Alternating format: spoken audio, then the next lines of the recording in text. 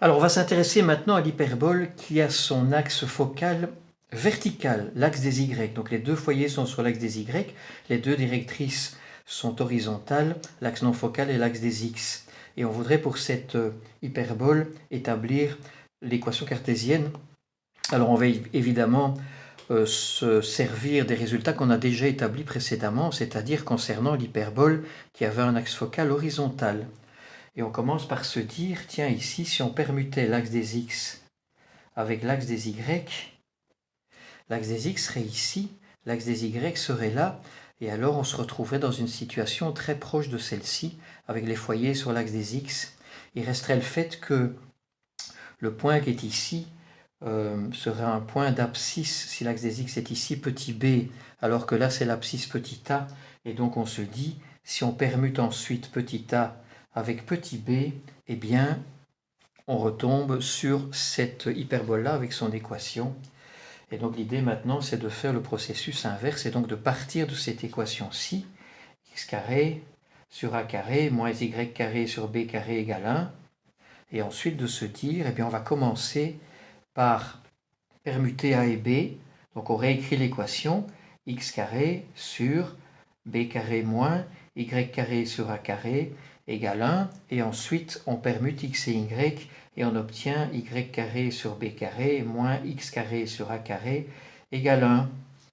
Ce qu'on va faire maintenant, c'est tout multiplier par moins 1, multiplier tout par moins 1 pour obtenir x carré sur a carré moins y carré sur b carré égale moins 1. Voilà l'équation cartésienne de cette hyperbole pour laquelle l'axe focal est vertical.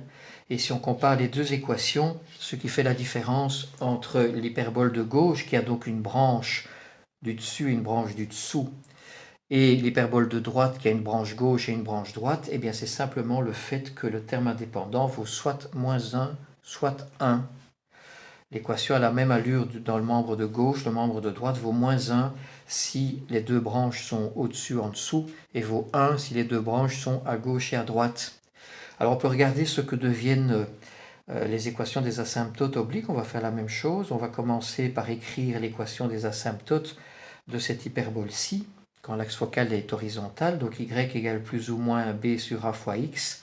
La première étape consiste à permuter a et b. On la réécrit en permutant a et b, et puis ensuite on permute x et y, et on obtient plus ou moins a sur by, ce qui veut dire, autrement dit, que y est égal à plus ou moins b sur a fois x.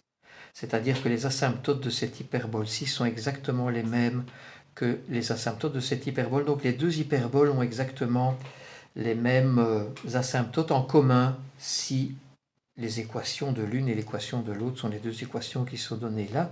Et au niveau des directrices, si on démarre et qu'on produit la même chose, donc on démarre avec les équations des directrices de l'hyperbole de droite, x égale plus ou moins a carré sur c.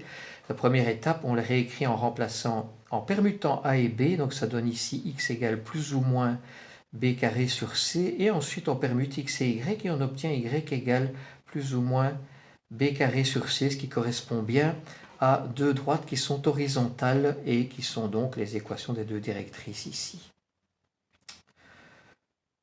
Voilà.